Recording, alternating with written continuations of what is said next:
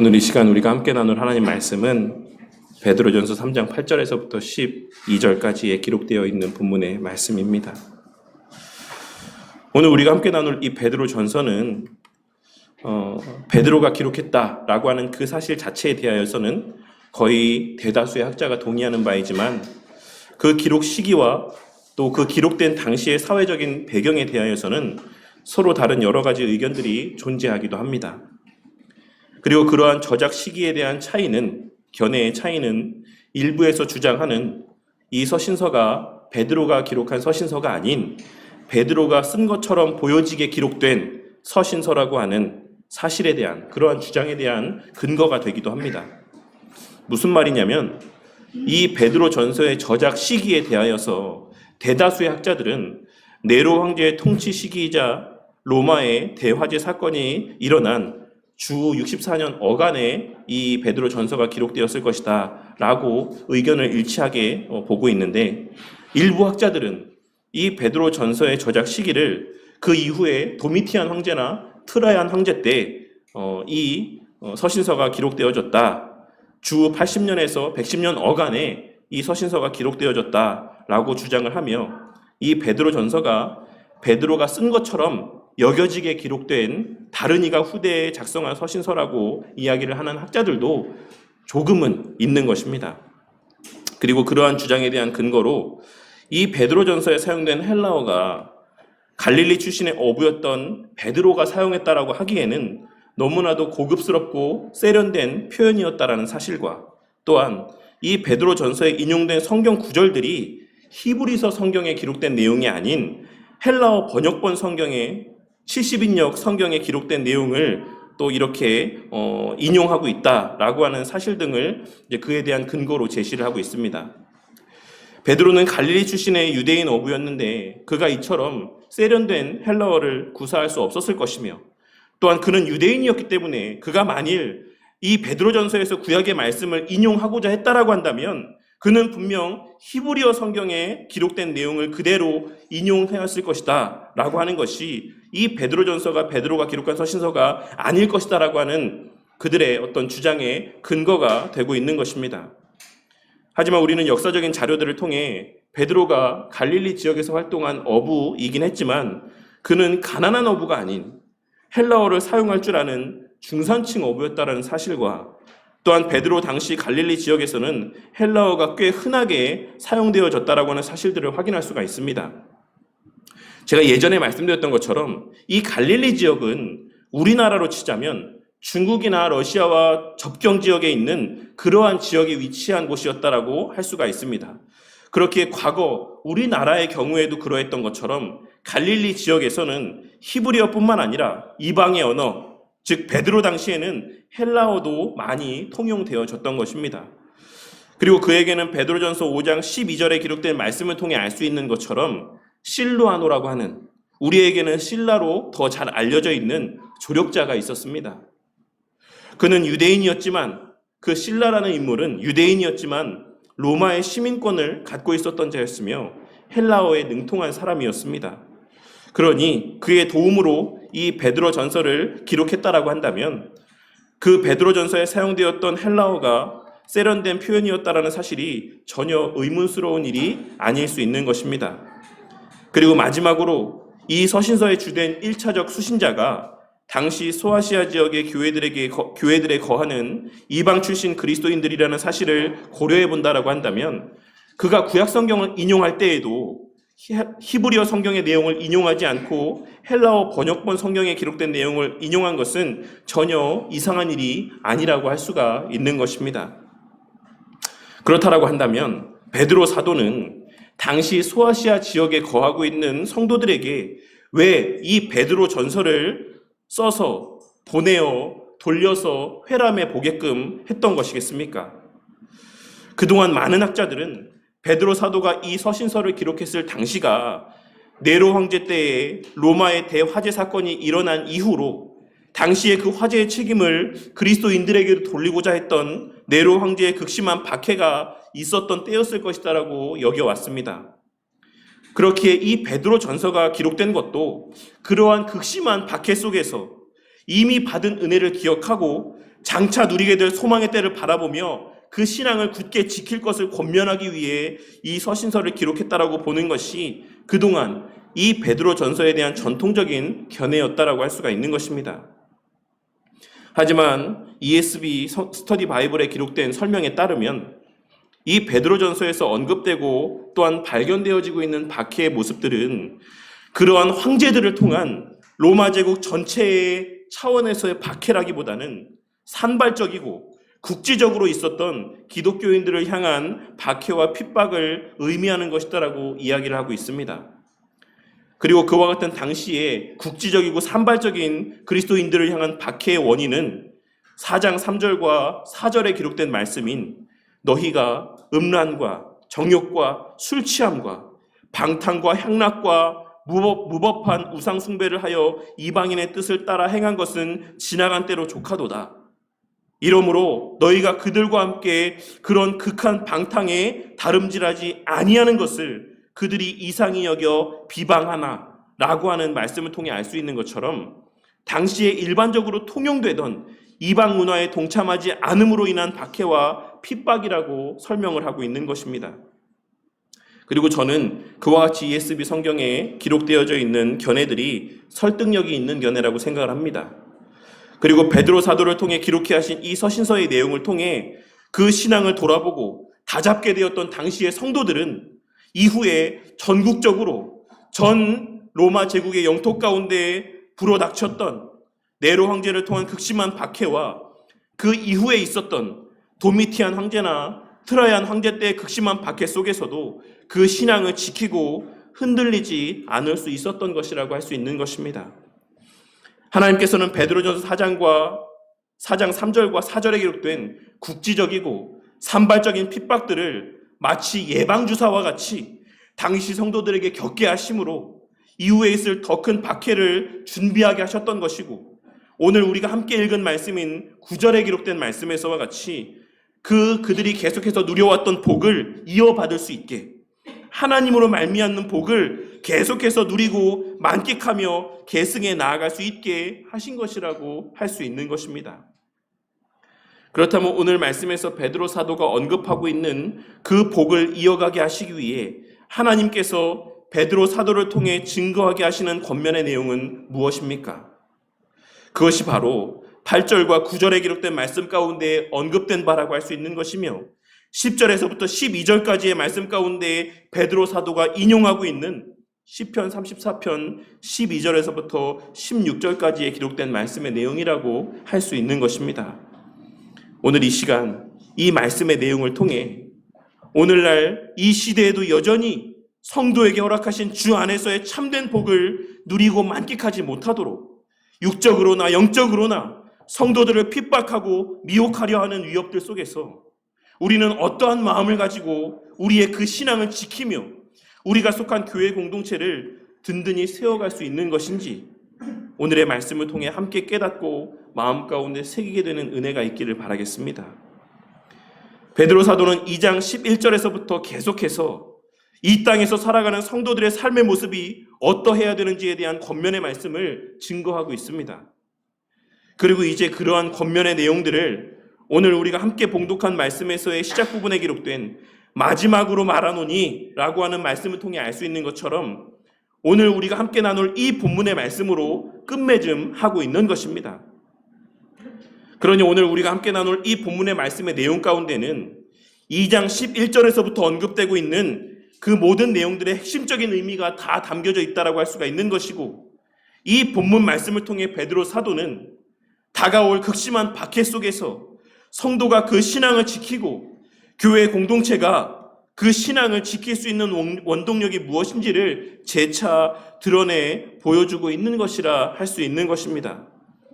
그리고 그 핵심이 바로 8절과 9절에 기록된 너희가 다 마음을 같이하여 동정하며 형제를 사랑하며 불쌍히 여기며 겸손하며 악을 악으로 욕을 욕으로 갚지 말고 도리어 복을 빌라 라고 하는 권면의 말씀인 것을 우리는 기록된 말씀을 통해 확인할 수가 있는 것입니다. 먼저 오늘 본문 말씀에서 베드로 사도가 성도들에게 권면하고 있는 첫 번째 권면이라 할 수 있는 이 첫 번째 모습은 마음을 같이 하라는 것이었습니다. 여기서의 마음을 같이 하라는 의미는 교회 안에서의 모든 사람들의 생각과 모든 사람들의 의견이 다 똑같아야지만 된다라고 하는 것을 말씀하고 있는 것이 아닙니다. 여기서의 마음을 같이 하라라고 이야기하고 있는 베드로 사도의 권면은 교회 구성원들의 성도들의 그 모든 마음의 생각들이 조화를 이루어야지만 된다라고 하는 것을 말씀하고 있는 것입니다. 우리는 하나님께서 교회와 성도들에게 말씀하신 궁극의 목적이 하나님을 사랑하는 것과 이웃을 사랑하는 것이다라고 하는 사실을 잘 알고 있습니다. 그러니 하나님께서는 베드로 사도를 통하여서 교회에 속한 모든 성도들의 마음과 생각이 그 궁극의 목적을 위해 그 하나님 사랑과 이웃 사랑을 위해 조화를 이루어야지만 될 것을 말씀하고 있는 것입니다. 교회가 한 사람의 의견으로만 독단적으로 운영되거나 누군가의 의견은 배제되고 소외되는 것이 아닌 각 사람들의 마음 가운데 주시는 선한 마음들이 모두가 다 조화를 이루어서 교회의 모습이 그러한 방식으로 하나님을 사랑하고 이웃을 사랑하는 모습으로 세워져야지만 된다라고 하는 사실, 하나님께서 그러한 방식들을 통해 주의 몸 된 교회가 하나님의 기뻐하시는 모습으로 세워져야지만 된다라고 하는 사실을 베드로 사도는 이 권면의 말씀을 통해 증거하고 있는 것이다라고 할 수 있는 것입니다.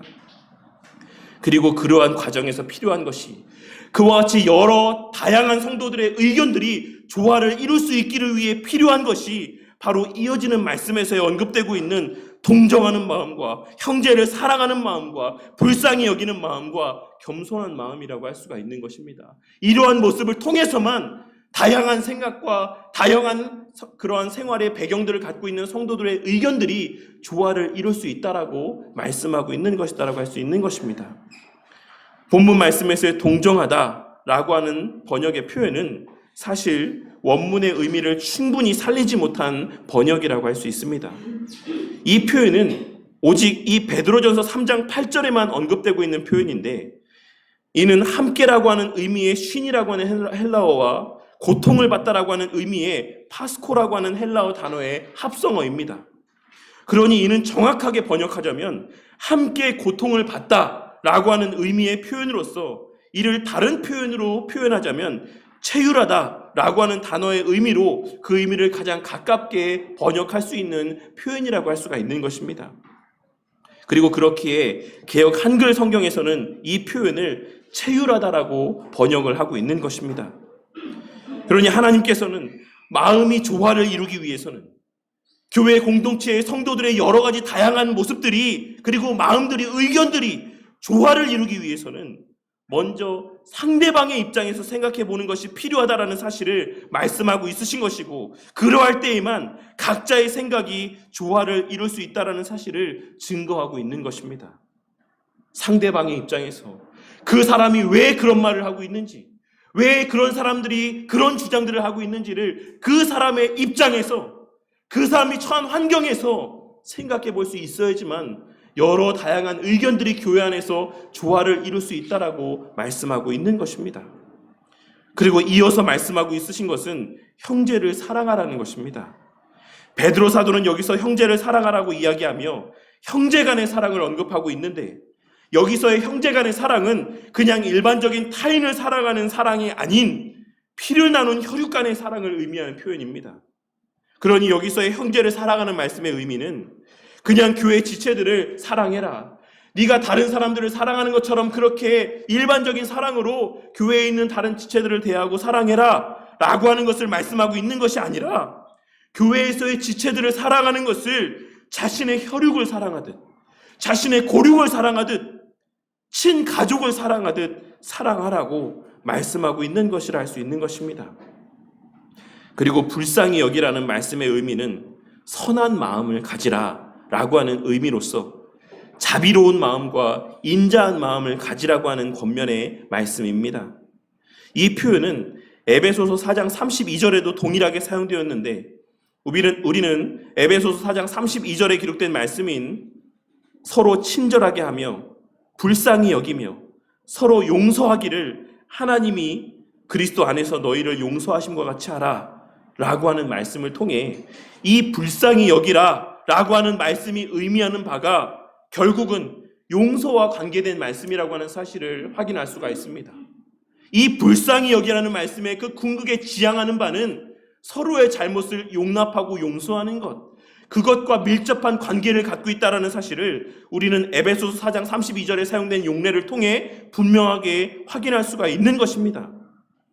그러니 하나님께서는 베드로 사도를 통하여서 성도들의 마음이 교회 안에서 조화롭게 하나의 목적으로 모아지기 위해서는 서로의 잘못을 너그러운 마음으로 용서할 수 있고 품어줄 수 있는 마음들이 전제되어져 있어야지만 된다는 사실을 말씀하고 있는 것이라 할 수 있는 것입니다.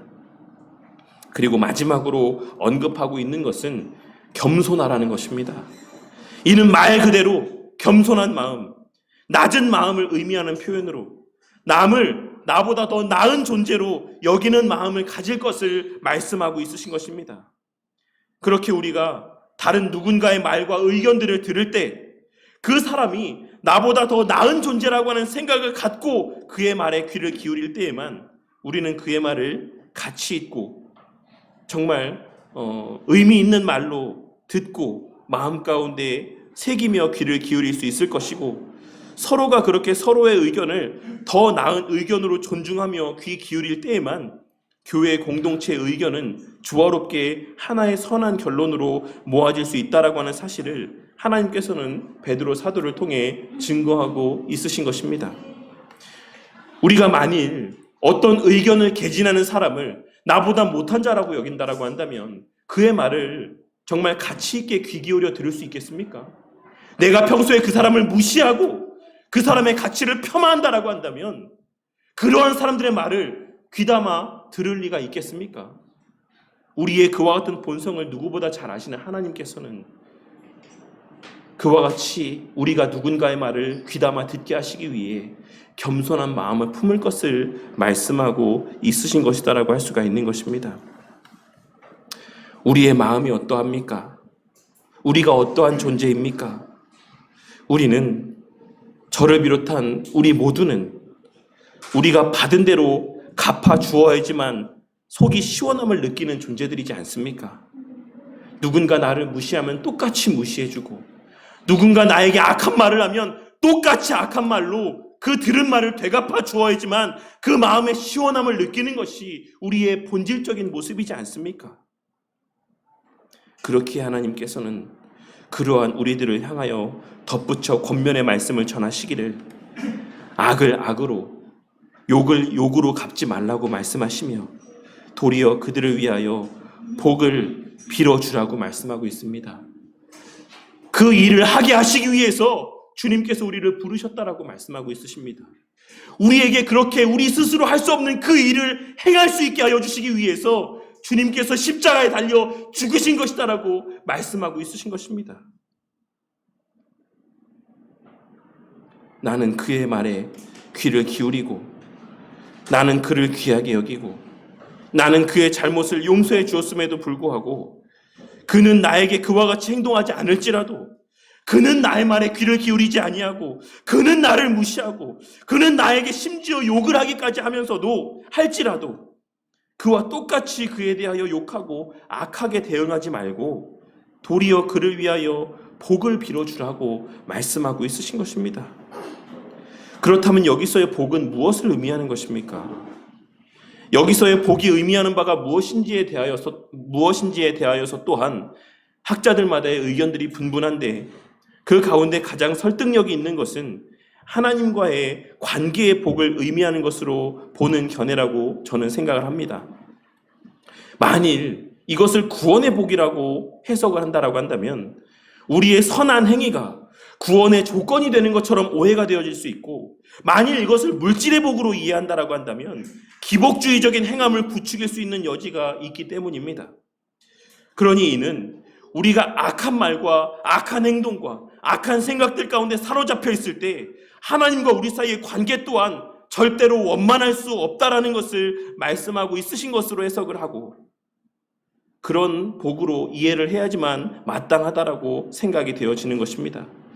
그리고 그렇기에 하나님께서는 당신의 자녀들이 이 땅에서의 삶을 살아가는 가운데 하나님과의 온전한 관계 안에 거하게 되는 그 복, 하나님과의 참된 교제를 나누고 그 안에서의 기쁨과 유익들을 계속하여 누리고 만끽할 수 있게 하시고, 그 과정에서 주의 몸 된 교회를 든든히 세워가시고 견고하게 하시기 위해 이와 같은 권면의 말씀을 건네고 있으신 것이며, 누군가 성도와 교회를 향해 악한 말을 하고 악한 행위들을 나타내 보인다라고 할지라도 그들의 그와 같은 악한 말과 행동에 똑같이 대응하지 말고 그들에게도 하나님과의 관계가 회복되어지는 은혜가 있기를 위해, 그들도 하나님과의 원만한 관계의 복을 누릴 수 있게 되기를 위해 그들을 위하여 기도하라고 말씀하고 있으신 것입니다.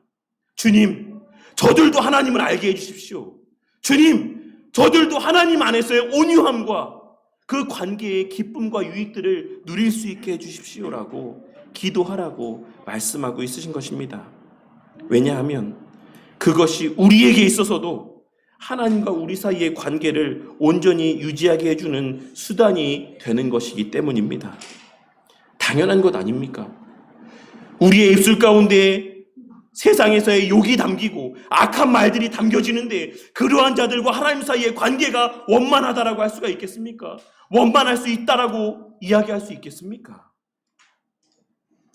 그리고 그에 대한 뒷받침이 되는 말씀이자 실제적인 권면의 말씀으로 베드로 사도는 앞서 말씀드린 10절에서 12절까지에 기록된 시편 34편 12절에서부터 16절까지에 기록된 말씀을 인용하고 있는 것입니다. 베드로 사도가 인용한 이 말씀이 기록된 시편 34편의 말씀을 보시면 이 말씀의 시작이 생명을 사모하고 연수를 사랑하며 복받기를 원하는 사람이 누구뇨? 라고 시작하고 있는 것을 확인할 수가 있습니다. 생명을 사모하고 장수함을 사랑하여서 복받기를 원하는 사람이 누구냐? 라고 이 본문의 말씀이 시작되어지고 있는 것입니다.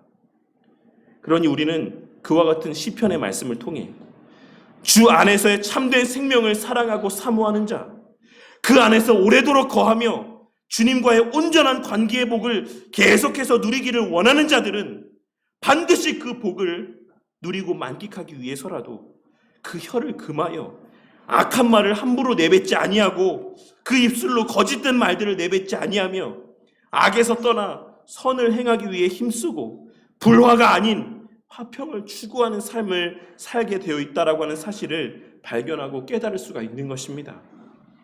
왜냐하면 그들은 우리 하나님의 눈이 의인을 향하시고 그의 귀가 의인들의 입술에서 고백되어지는 말들 가운데 기울여져 있다라는 사실을 알고 있기 때문이고, 동시에 그 주님의 얼굴이 악인들의 말과 행동을 감찰하고 계시는 줄을 알고 있기 때문인 것입니다. 오늘의 이 말씀을 마음에 깊이 새기고 우리 바른교회 공동체가 오늘 말씀에서 증거하고 있으신 그 복을 충만히 누리고 만끽하며 계속하여 누리고 만끽하는 교회 공동체가 되어 가기를 바랍니다. 우리 성도님들은 교회가 무엇 때문에 흔들리고 무엇 때문에 무너진다라고 생각하십니까? 우리 성도님들은 교회를 뒤흔드는 것이 무엇이라고 생각을 하십니까? 교회는 결국 그 구성원들의 마음이 하나가 되지 못해서 무너지는 것입니다. 그 교회 구성원들의 마음이 갈기갈기 나뉘어지게 되어서 교회 공동체는 와해되고 무너지게 되는 것입니다. 그리고 그와 같이 교회 구성원들의 마음이 하나가 되지 못하고 나뉘어지게 되는 것은 서로가 서로의 입장을 먼저 생각하지 아니하고 내 입장을 먼저 생각하기 때문인 경우가 대부분이라는 사실을 우리는 지금까지의 살아온 신앙의 여정을 통해 누구나가 깨달을 수가 있는 것입니다. 그리고 오늘날 교회 구성원들의 마음 가운데는 아무리 교회 지체들이 가족과 같이 여겨지는 존재들이라고 그 입술로 고백한다라고 할지라도 결국은 내 육신의 가족을 더 우선한다라고 하는 것을 우리는 우리의 경험한 바를 통해 분명하게 확인할 수가 있는 것입니다. 아무리 교회 식구가 중요해도 내 가족이 우선이고 내 자식이 우선이라고 하는 생각이 오늘날 교회 구성원들의 마음 가운데 깊이 자리하고 있는 것을 우리는 어렵지 않게 목도할 수 있는 것입니다.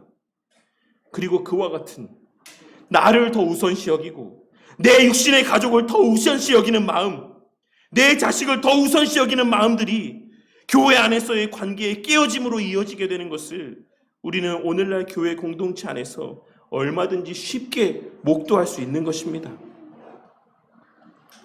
우리는 내 자식이 귀하면 다른 집 자식도 귀한 줄 알고, 무엇보다 내 자식이, 그 자식이 내 자식이기에 앞서 하나님의 자식이며 다른 집의 자녀 또한 하나님의 자녀라고 하는 사실을 늘 깨닫고 명심한 가운데 그 자녀들을 내 자녀와 같이, 내 가족과도 같이 귀하게 여기고 사랑할 줄 아는 우리 바른교회 공동체가 되기를 바랍니다. 늘 우리 각자의 혀를 금하고 화평을 구하며, 혹 내 마음 가운데 합당치 아니한 자들이 있다라고 한다면, 내 마음에 걸림이 되는 자들이 교회 공동체 구성원 가운데 있다라고 한다면 그들을 욕하기보다 그들을 위하여 복을 빌어줄 줄 아는 자들이 되기를 바랍니다. 초대교회 때 교회의 모습이 어떠했습니까? 초대교회 때 교회를 구성했던 성도들의 모습이 어떠했습니까? 저는 개인적으로는 초대교회로 돌아가자라고 하는 이 구호를 그렇게 좋아하지 않습니다. 그리고 그것이 바른 마음이라고 생각하지도 않습니다. 왜냐하면 그러한 구호는 역사 가운데 점진적으로 역사해 오신 하나님의 역사를 부정하는 의미를 담고 있기도 하기 때문에 그렇습니다. 하지만 그럼에도 불구하고 그러한 모습들 가운데 우리가 본받고 마음 가운데 새겨야 될 것들은 분명히 있다라고 생각을 합니다. 초대교회 때 성도들은 진심으로 서로를 가족과도 같이 여기는 자들이었습니다. 그들은 네 가족 내 가족 구별하지 아니하고 함께 먹고 함께 나누었으며 진정으로 서로를 가족과도 같이 여기는 자들이었다라고 하는 사실을 우리는 기록된 말씀을 통해 분명하게 확인할 수가 있는 것입니다. 하지만 그러한 초대교회였음에도 불구하고, 그러한 교회 공동체였음에도 불구하고 그 교회 안에서의 시간이 흐르며 유대인 출신 성도들과 이방 출신 성도들 사이의 관계가 멀어지게 되는 사건이 발생했다라고 하는 사실을 우리는 사도행전에 기록된 말씀을 통해 확인할 수가 있습니다. 이방 출신의 과부들이 구제에서 자꾸 배제되는 것이 계기가 되어 유대 출신 성도들과 이방 출신 성도들 사이에 문제가 발생했다라고 하는 사실을 우리는 사도행전 6장에 기록된 말씀을 통해 분명하게 확인할 수가 있는 것입니다. 물론 그 사건에 대하여서는 여러 가지 해석들이 존재하지만 저는 그들 가운데 더 가깝게 여겨지는 이들을 더 먼저 챙기고자 하는 마음이 분명 그 사건의 원인 가운데 하나였다라고 생각을 합니다. 나랑 가까운 사람, 내 지인에 가까운 사람, 내 친척, 내 고륙, 그 유대인 성도들을 더 먼저 챙기는 그러한 마음들이 그와 같은 불화의 원인 가운데 하나였다라고 생각을 하는 것입니다.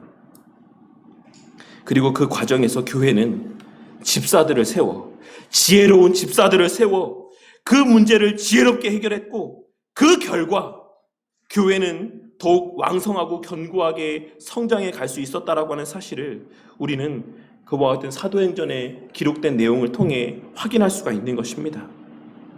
저는 개인적으로 오늘날 이 시대 가운데에도 여전히 사탄이 교회를 무너뜨리기 위해 사용하는 가장 큰 공격의 수단 가운데 하나가 사람들의 이기적인 본성이라고 생각을 합니다. 나를 더 낮게 여기고 나를 더 우선시하며 내 혈육과 내 가족을 더 우선시하는 모습, 이것이 주님의 몸으로서의 하나 된 교회, 하나님의 지체로서의 하나 되어야지만 하는 교회를 와해시키고 무너뜨리는 가장 강력한 공격의 수단 가운데 하나라고 생각을 하는 것입니다. 다시 한번 말씀드리지만 하나님께서 우리에게 허락하신 가정은 주의 몸된 교회 안에서의 우리의 삶을 위해 수단으로 베풀어 주신 은혜다라고 하는 사실을 절대 잊지 마시기 바랍니다. 내 가정이 있고 교회가 있는 것이 아니라, 내 가정이 있어야 교회가 있는 것이 아니라 건강한 교회 공동체를 세우게 하시기 위해 우리에게 믿음의 가정을 허락하신 것이다라고 하는 사실을 늘 명심하고 살아가는 저와 우리 모두가 되기를 바란다는 것입니다. 물론 이것이 절대 쉬운 일은 아닐 것입니다. 내 가정보다 교회 공동체를 우선한다라고 하는 것이, 그 교회 공동체를 위해 내 가정이 존재한다라고 생각하는 것이 절대 쉬운 일은 아닐 것입니다. 제가 지금 이러한 말씀을 드리는 것은 그렇게 하는 것이 저절로 되는 일이기 때문에 말씀드리는 것이 아닙니다. 누구나 교회 다니면 그렇게 살 수 있는 것이기 때문에 말씀드리는 것이 아니다라는 것입니다. 제가 이러한 말씀을 드리는 것은 그것이 성도에게 마땅한 의무인 것이기 때문인 것이고, 하나님께서 그렇게 말씀하고 있으시기 때문이라는 사실을 깨닫게 되는 은혜가 있기를 바랍니다. 하나님께서 그것을 원하십니다. 하나님께서 우리 성도님들로 하여금 내 가정보다 교회의 공동체를 더 우선하기를 바라는 마음을 갖고 계신다라는 것입니다.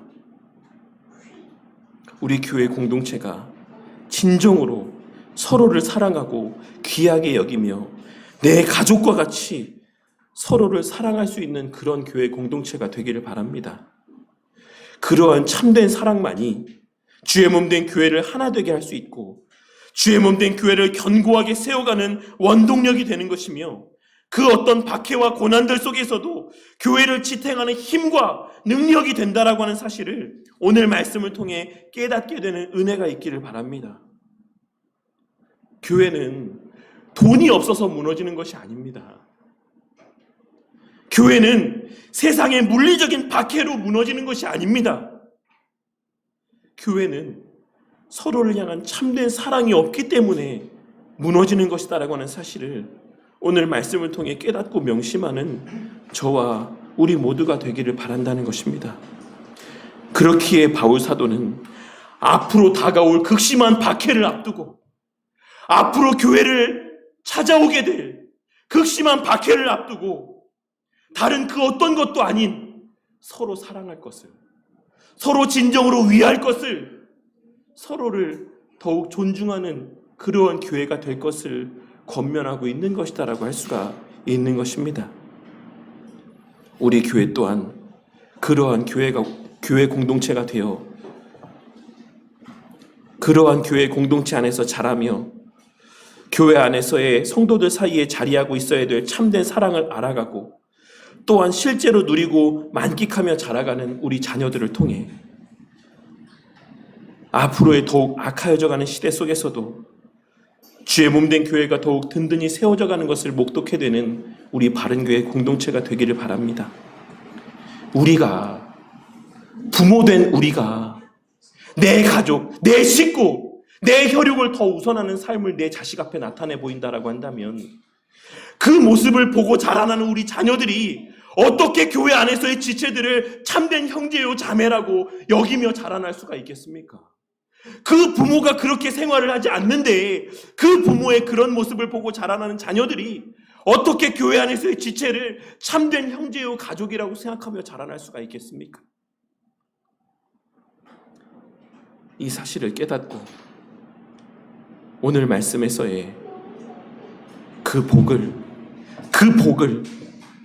계속해서 이어받게 하려 하심이라고 하시는 이 말씀에 담겨진 의미가 무엇인지를 깨닫고, 부모된 자들이 먼저 솔선수범하여 교회의 지체들을 진정으로 사랑하는 자들이 되심으로, 우리 자녀들 또한 이 교회 안에서 서로를 진심으로 사랑하며 주님께서 이 교회에 공동체 허락하신 그 참된 복을 우리 자녀들 또한 계속하여 이어받게 되는 그러한 은혜의 모습들이 대대손손 잘 계승되어져 나아가기를 주님의 이름으로 간절히 축원합니다.